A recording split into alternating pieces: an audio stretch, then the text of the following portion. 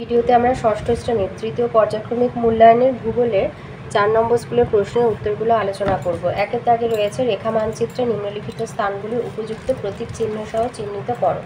প্রথমে আছে কারাকোরাম পর্বত শ্রেণী, তারপরে থর মরুভূমি, গঙ্গা নদী, করমণ্ডল উপকূল আর দাক্ষিণাত্যের মালভূমি। আচ্ছা, আমাদের এখানে কারাকোরাম পর্বত শ্রেণী বলেছে, তো এইটা দেখাবে, কারণ আমাদের বইতে দেখো এইখানে রয়েছে এই যে এইটা হচ্ছে কারাকোরাম পর্বত, মানে এটা কারাকোরাম পর্বত শ্রেণী। এই যে ওপরের এই খয়েরি দাগের মধ্যে এই যে ডিপ খয়েরি যে দাগটা রয়েছে ওটাই কারাকোরাম পর্বত শ্রেণী, সেই জন্য এইটা দিয়ে দেবে। এরপরে আছে থর মরুভূমি। থর মরুভূমি এইখানটা দেখাবে, এটা হচ্ছে থর মরু অঞ্চল, এইটা হলো থর মরুভূমি। তারপরে আছে গঙ্গা নদী, এই হচ্ছে গঙ্গা নদী, এই যেখানে তোমার উত্তরাখণ্ডের গোমুখতুষার গুহা থেকে উৎপন্ন হয়ে এই যে এখানে বয়ে চলে গেছে, তাহলে এই হচ্ছে গঙ্গা নদী। তাহলে এটা কারাকোরাম পর্বতশ্রেণী, এটা থর মরুভূমি, এইখান থেকে আমাদের বেরিয়েছে, এই হলো গঙ্গা নদী। তারপরে আছে করমণ্ডল উপকূল।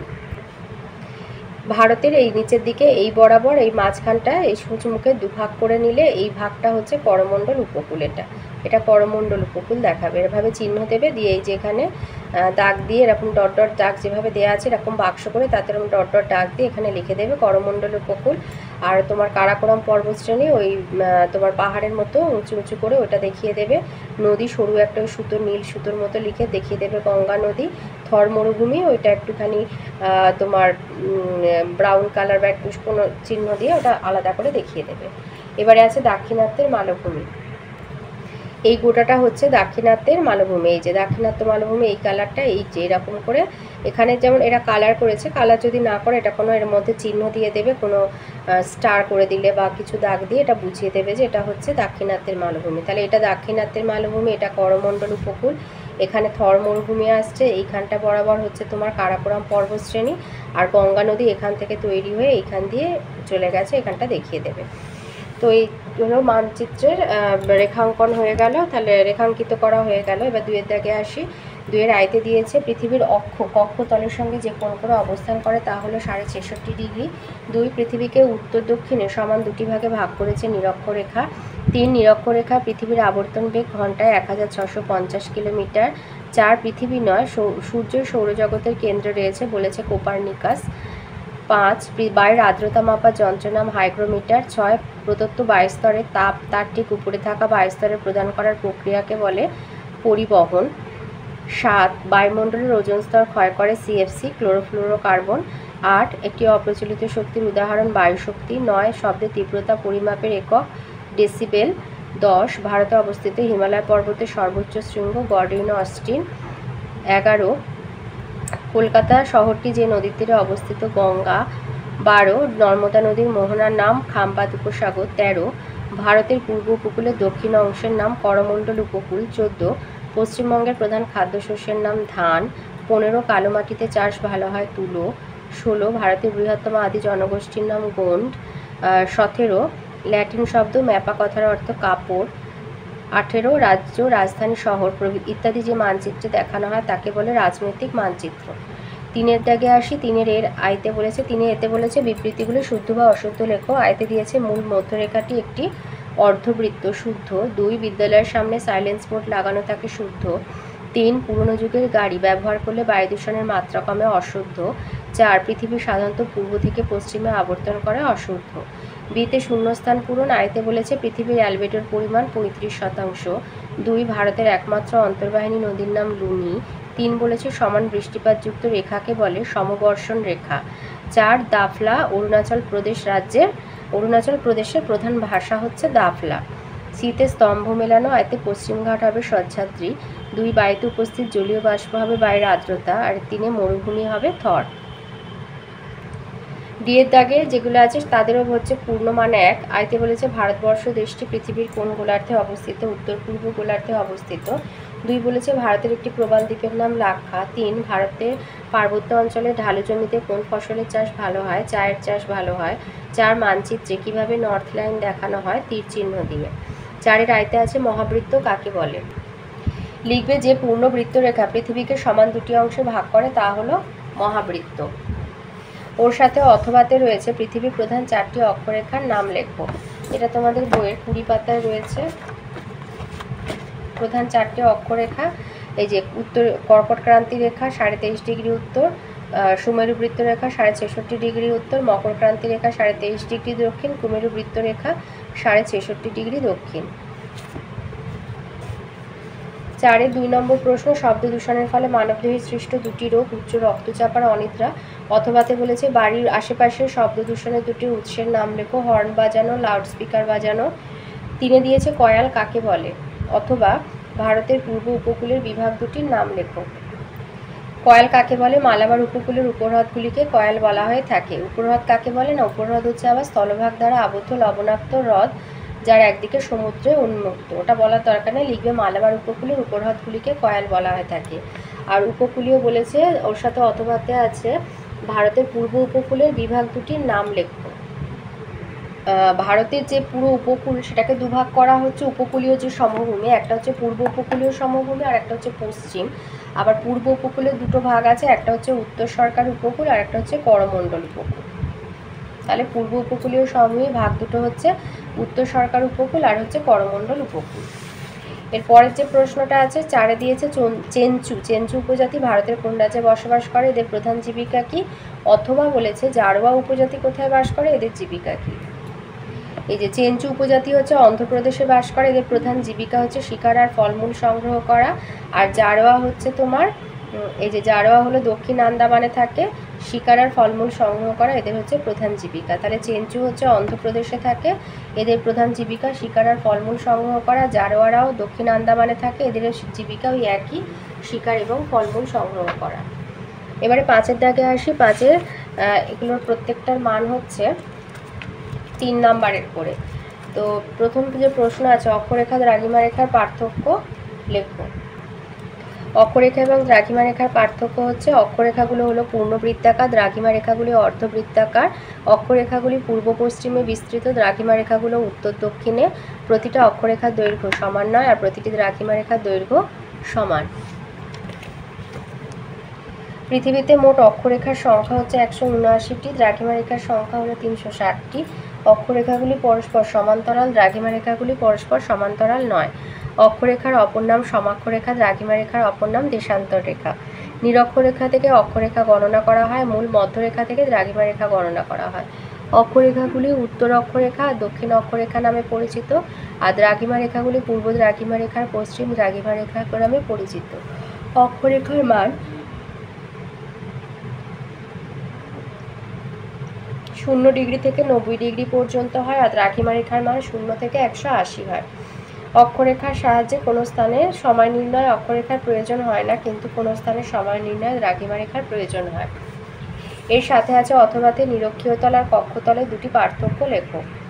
আচ্ছা, নিরক্ষীয় তল আর কক্ষতল বলে দুটি ছক করবে, তাতে প্রথমে লিখবে যে নিরক্ষরেখা যে কাল্পনিক তলে রয়েছে বরাবর রয়েছে, কাল্পনিক তল বরাবর রয়েছে, তাকে নিরক্ষীয় তল বলা হয়। নিরক্ষীয় তলের মানে ছকের ঘরে আর কি লিখবে যেভাবে পার্থক্য লেখে। 2 নম্বর পয়েন্ট দেবে যে এই তলের সঙ্গে পৃথিবীর অক্ষ 90 ডিগ্রি কোণ করে আছে। আর কক্ষতলে গিয়ে লিখবে যে কক্ষপথ আর পৃথিবীর কেন্দ্র যে কাল্পনিক তলে রয়েছে তাকে কক্ষতল বলা হয়। পৃথিবীর অক্ষ কক্ষতলের সঙ্গে 66.5 ডিগ্রি কোণ করে থাকে। 5-এ 2 নম্বর প্রশ্ন বলেছে পৃথিবীতে দিনরাত্রি কিভাবে ঘটে, সংক্ষেপে লেখো। এইটা লিখবে যে একটি অন্ধকার ঘরে গ্লোবের ওপর টর্চের আলো ফেললে দেখা যাবে যে গ্লোবের অর্ধাংশ আলোয় আর বাকি অর্ধাংশ অন্ধকারে আছে। গ্লোবটা পশ্চিম থেকে পূর্বে অর্থাৎ বাম দিক থেকে ডান দিকে ঘোরালে দেখা যাবে অন্ধকারে থাকা জায়গাগুলো আলোয় আসছে, আবার আলোকিত অংশ অন্ধকারে চলে যাচ্ছে। গোলাকার পৃথিবীর যে দিকটা সূর্যের দিকে মুখ করে থাকে সেই দিকে হয় দিন আর উল্টো দিকে হয় রাত। তো এইভাবে দিন রাতে সৃষ্টি হয়। ওর অথবাতে রয়েছে আন্তর্জাতিক তারিখ রেখাকে বাঁকানো হয়েছে কেন। লিখবে এইখান থেকে লিখবে যে মূল মধ্যরেখার ঠিক বিপরীত দিকে 180 ডিগ্রি দ্রাঘিমা রেখা অনুসরণ করে প্রশান্ত মহাসাগরের ওপর দিয়ে আন্তর্জাতিক তারিখ রেখা ঠিক করা হয়েছে, কিন্তু এই তারিখ রেখাকে কোথাও কোথাও বাঁকিয়ে দেওয়া হয়েছে, কারণ 180 ডিগ্রি দ্রাঘিমা রেখাকে অনুসরণ করে আন্তর্জাতিক তারিখ রেখা কল্পনা করা হলে স্থলভাগের মানুষের মধ্যে দিন ও তারিখ নিয়ে অসুবিধার সৃষ্টি হতো। এই অসুবিধা দূর করবার জন্য আন্তর্জাতিক তারিখ রেখাকে স্থলভাগ এড়িয়ে জলভাগের ওপর দিয়ে কল্পনা করা হয়েছে। এখান থেকেই শুরু হয় নতুন তারিখ। 24 ঘন্টা পরে সেই তারিখ ঘুরে এসে আবার এখানে শেষ হয়।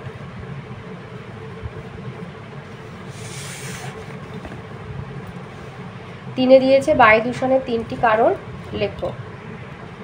বায়ু দূষণের কারণ এক হচ্ছে পৃথিবীতে মানুষের সংখ্যা যত বাড়ছে, চাষবাস ঘরবাড়ি তৈরি করার জন্য তত গাছপালা বন জঙ্গল কেটে ফেলা হচ্ছে, বাতাসে কার্বন ডাই অক্সাইডের পরিমাণ বেড়ে যাচ্ছে, এটা একটা কারণ। দুই হচ্ছে সারা পৃথিবী জুড়ে কলকারখানা, শিল্পকেন্দ্র, তাপবিদ্যুৎ কেন্দ্র থেকে প্রচুর পরিমাণে কার্বনের গুঁড়ো, ধোঁয়া আর ধূলিকণা, carbon monoxide, sulphur die oxide, নাইট্রোজেনের অক্সাইডের মতো ক্ষতিকারক গ্যাস বাতাসে মিশছে। তিন হচ্ছে চাষের জমি থেকে রাসায়নিক সার, কীটনাশকের গুঁড়ো, আবর্জনা, খড়কুটো, পোড়ানো ছাই, ধূলিকণা প্রভৃতি বাতাসকে দূষিত করছে। অথবাতে আছে বৃষ্টির জলে কিভাবে অ্যাসিড তৈরি হয় এবং তার ক্ষতিকর প্রভাব লেখো। এই উত্তরটা লিখবে যে যানবাহন, কলকারখানায় ধোঁয়ায় থাকা sulphur die oxide, carbon die oxide, নাইট্রোজেনের অক্সাইড বৃষ্টির জলের সঙ্গে বিক্রিয়া করে অ্যাসিড তৈরি করে, একেই অ্যাসিড বৃষ্টি বলে। আর এই যে ক্ষতিকর প্রভাব, এতে গাছপালার ক্ষতি হয়, মাটির গুণাগুণ নষ্ট হয়, পুকুরে নদীতে মাছ এবং অন্যান্য জলজ প্রাণী মারা যায়। বৃষ্টির জলে থাকা অ্যাসিড মার্বেল, পাথরের তৈরি মূর্তি, সৌধ যেমন তাজমহল, ভিক্টোরিয়া মেমোরিয়াল প্রভৃতির ক্ষতি করে, তাছাড়া বাড়ির রং নষ্ট করে, ইস্পাতের তৈরি ব্রিজের ক্ষতি করে। তাহলে এখান থেকে হচ্ছে ক্ষতিকর প্রভাব, আর এটা হচ্ছে অ্যাসিড তৈরি করে, লিখবে একে, এবং বৃষ্টির রূপে ঝরে পড়ে, এটাকে অ্যাসিড বৃষ্টি বলে। 4 আছে বড় স্কেলের মানচিত্র, ছোট স্কেলের মানচিত্র বলতে কি বোঝো। এটা লিখবে যে যে সমস্ত মানচিত্রে বিরাট অঞ্চল দেখানো হয় সেগুলো হচ্ছে ছোট স্কেল মানচিত্র। যেমন হচ্ছে 1 সেমি মানচিত্র দূরত্ব সমান 250 কিমি বাস্তব দূরত্ব, এই স্কেলে আঁকা মানচিত্র ছোট স্কেল মানচিত্র, এতে খুব বেশি তথ্য পাওয়া যায় না। আর যে সমস্ত মানচিত্রে কোনো ছোট অঞ্চল দেখানো হয় সেগুলো বড় স্কেল মানচিত্র বলা হয়। যেমন 1 সেমি মানচিত্র দূরত্ব সমান 2 কিলোমিটার বাস্তব দূরত্ব, এই স্কেলে আঁকা মানচিত্র বড় স্কেল মানচিত্র, এতে অনেক বেশি বিস্তারিত তথ্য পাওয়া যায়। অথবাতে বলেছে মানচিত্রে 3টি অপরিহার্য উপাদানের নাম লেখো। এই যে মানচিত্রের অপরিহার্য উপাদান, 1 হচ্ছে শিরোনাম, মানচিত্রের বিষয়বস্তুর ধারণা দেয়। 2 হচ্ছে উত্তর দিক দেখানো তীর চিহ্ন, দিক নির্ণয় করা যায়। আর 3 হচ্ছে স্কেল, মানচিত্রের নির্দিষ্ট দুটো স্থানের মধ্যে স্থানের দূরত্ব জানা যায়। 6 দাগে আসি। 6 আয়তে দিয়েছে বায়ুমণ্ডল উত্তপ্ত হওয়ার পদ্ধতিগুলি কি কি, আর যে কোনো দুটি পদ্ধতি চিত্রসহ পরিচয় দাও। এই উত্তরটা লিখবে যে বায়ুমণ্ডলের উষ্ণতার প্রধান উৎস হলো সূর্য। সূর্য থেকে আসা তাপ প্রথমে সরাসরি ভূপৃষ্ঠকে উত্তপ্ত করে, এরপর উত্তপ্ত ভূপৃষ্ঠ থেকে বিভিন্ন পদ্ধতিতে বায়ুমণ্ডল উত্তপ্ত হয়। পদ্ধতিগুলি হলো বিকিরণ, পরিবহন এবং পরিচলন। তো যে কোনো দুটো পদ্ধতির চিত্রসহ বর্ণনা করতে বলেছে। বিকিরণ পদ্ধতি, এই ছবিটা আঁকবে। সূর্য তাপে ভূপৃষ্ঠ উত্তপ্ত হওয়ার পর ভূপৃষ্ঠ থেকে এই তাপ ধীরে ধীরে বায়ুমণ্ডলে ছড়িয়ে পড়ে, একে বিকিরণ পদ্ধতি বলে। এটা হচ্ছে পরিবহন পদ্ধতি। ভূপৃষ্ঠের বিকিরিত তাপে প্রথমে ভূপৃষ্ঠের সংলগ্ন বায়ুস্তর উত্তপ্ত হয়ে ওঠে, এরপরে এই উত্তপ্ত বায়ুস্তরের ঠিক ওপরে লাগোয়া অপেক্ষাকৃত শীতল বায়ুস্তরে তাপ ছড়িয়ে পড়ে। বায়ুমণ্ডল উত্তপ্ত হওয়ার এই পদ্ধতিকে পরিবহন পদ্ধতি বলা হয়। অথবাতে রয়েছে পৃথিবীর বিভিন্ন স্থানে বায়ুমণ্ডলের তাপমাত্রা তারতম্যের কারণ কি, দুটি কারণ চিত্রসহ বর্ণনা দাও। লিখবে বায়ুমণ্ডলের উষ্ণতা তারতম্যের কারণ 1 হচ্ছে অক্ষাংশ ভেদে সূর্যরশ্মির পতন কোণের তারতম্য, এই ছবিটা দেবে। আর লিখবে কোনো স্থানে সূর্যরশ্মি লম্বভাবে পড়লে তা কম বায়ুমণ্ডল ভেদ করে আসে এবং অল্প স্থানে পড়ে, ফলে উত্তাপ বেশি হয়। কিন্তু সূর্যরশ্মি তির্যকভাবে পড়লে অল্প স্থানে পড়ে, ফলে উত্তাপ বেশি হয়। কিন্তু সূর্যরশ্মি তির্যকভাবে পড়লে তা বেশি বায়ুমণ্ডল ভেদ করে আসে এবং অনেকটা স্থানে ছড়িয়ে পড়ে, ফলে উষ্ণতা কম হয়। এই কারণে পৃথিবীর নিরক্ষীয় অঞ্চলে সূর্যরশ্মি লম্বভাবে পড়ায় সেখানে বেশি গরম, আর নিরক্ষরেখা থেকে 2 মেরুর দিকে সূর্যরশ্মি ক্রমশ তির্যকভাবে পড়ায় গরম ধীরে ধীরে কমতে থাকে, আর 2 মেরু অঞ্চলে মানে সুমেরু আর কুমেরুতে প্রচণ্ড ঠান্ডা বিরাজ করে। 2 হলো উচ্চতা, এই ছবিটা দিয়ে দিচ্ছ। সমুদ্র সমতল থেকে যতই ওপরে ওঠা যায় নিম্ন বায়ুস্তরের উষ্ণতা ততই কমতে থাকে। প্রতি 1000 মিটার উচ্চতা বৃদ্ধিতে 6.4 ডিগ্রি সেলসিয়াস হারে উষ্ণতা কমে যায়।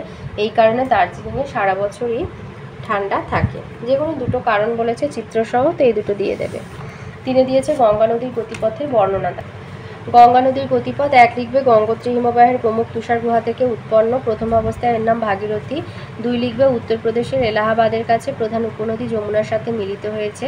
3 মুর্শিদাবাদের ধুলিয়ানের কাছে পদ্মার ভাগীরথী হুগলি নামে দুটি শাখায় ভাগ হয়েছে। 4 প্রধান শাখাটি পদ্মা নামে বাংলাদেশে এবং অপরটি ভাগীরথী হুগলি নামে পশ্চিমবঙ্গের ওপর দিয়ে প্রবাহিত হয়ে বঙ্গোপসাগরে মিশেছে। আর গঙ্গার প্রধান উপনদী যমুনা, সন, গোমতী, গণ্ডক, কোশি প্রভৃতি। আর প্রবাহ পথে গড়ে ওঠা প্রধান শহর হরিদ্বার, কানপুর, এলাহাবাদ, বারাণসী, পাটনা, কলকাতা। অথবাতে হচ্ছে ভারতের পূর্ব উপকূল আর পশ্চিম উপকূলের পার্থক্য লেখো। পশ্চিম উপকূল আর পূর্ব উপকূল। পশ্চিম উপকূলটা আগে বলে নিচ্ছি। পশ্চিমঘাট পর্বতমালা আর আরব সাগরের মাঝের অংশ পশ্চিম উপকূলীয় সমভূমি। এই সমভূমি বেশ সংকীর্ণ, গড়ে 80 কিলোমিটার এবং এর উচ্চতা তুলনামূলকভাবে বেশি। এই উপকূলীয় সমভূমির দৈর্ঘ্য প্রায় 1600 কিমি।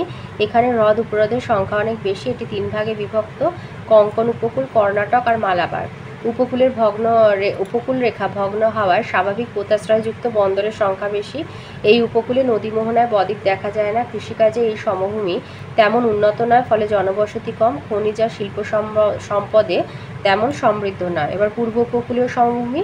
পূর্বঘাট পর্বতমালার বঙ্গোপসাগরের মধ্যবর্তী অংশ পূর্ব উপকূলীয় সমভূমি।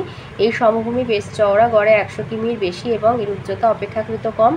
এই সমভূমির দৈর্ঘ্য 1500 কিলোমিটার। এখানে হ্রদ উপহ্রদের সংখ্যা কম। এটা 2 ভাগে বিভক্ত: উত্তর সরকার উপকূল আর করমণ্ডল উপকূল। উপকূল রেখা তেমন ভগ্ন নয়, তাই স্বাভাবিক পোতাশ্রয়যুক্ত বন্দরের সংখ্যা তুলনামূলকভাবে কম। এই উপকূলে নদী মোহনাগুলিতে বড় বড় বদ্বীপ গড়ে উঠেছে। কৃষিকাজে এই সমভূমি বেশ উন্নত, ফলে জনবসতি বেশি আর খনিজ আর শিল্প সম্পদে যথেষ্ট সমৃদ্ধ। 3 নম্বর প্রশ্ন বলেছে ধান চাষের অনুকূল প্রাকৃতিক পরিবেশের বর্ণনা দাও। আর ভারতের কোন রাজ্যে ধান চাষ বেশি হয়? ধান চাষের রয়েছে তোমার আমাদের 95 পাতায়।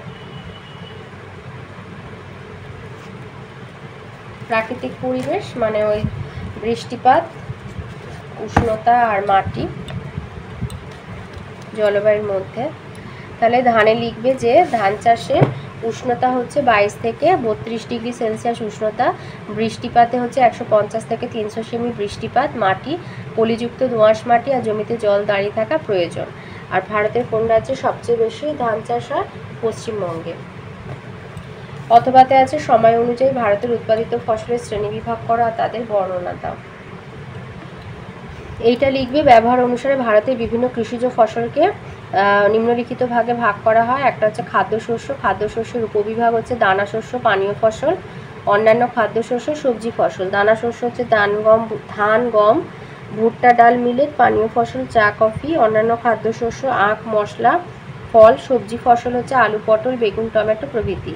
বাণিজ্য শস্য এর মধ্যে আছে তন্তুজাতীয় ফসল, তুলো, পাট, তৈলবীজ, সরিষা, তিল, তিসি আর অন্যান্য বাণিজ্য শস্য, রবার, তুঁত প্রভৃতি।